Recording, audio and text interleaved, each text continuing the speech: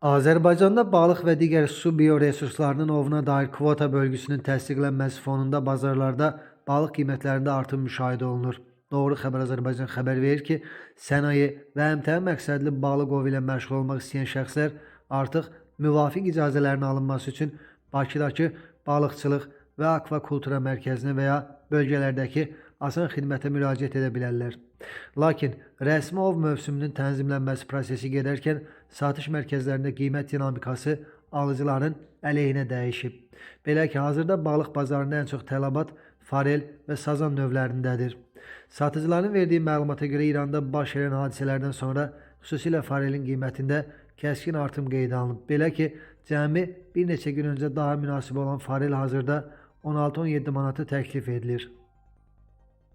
Məzuniyyət hüququ 46 təqvim günü olan xüsusi xidmətləri olan işçilərin siyahısında dəyişiklik edilib. Bununla bağlı Prezident İlham Əliyev müvafiq qanunu təsdiqləyib. Qanuna görə aşağıdakı işçilərə 46 təqvim günündən az olmayaraq məzuniyyət veriləcək. 1.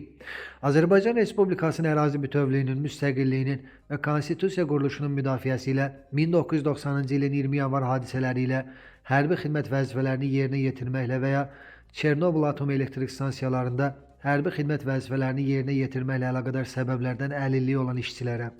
2. Azərbaycan Respublikasının ərazi bütövlüyü uğrunda aparılan döyüş əməliyyatlarında iştirak etdiyinə görə müharibə veteranı adı almış işçilərə. 3. Döyüş əməliyyatı aparılan ölkədə hərbi xidmət borcunun yerinə yetirmiş hərbi qulluqçu olmuş işçilərə. Və nəhayət 4.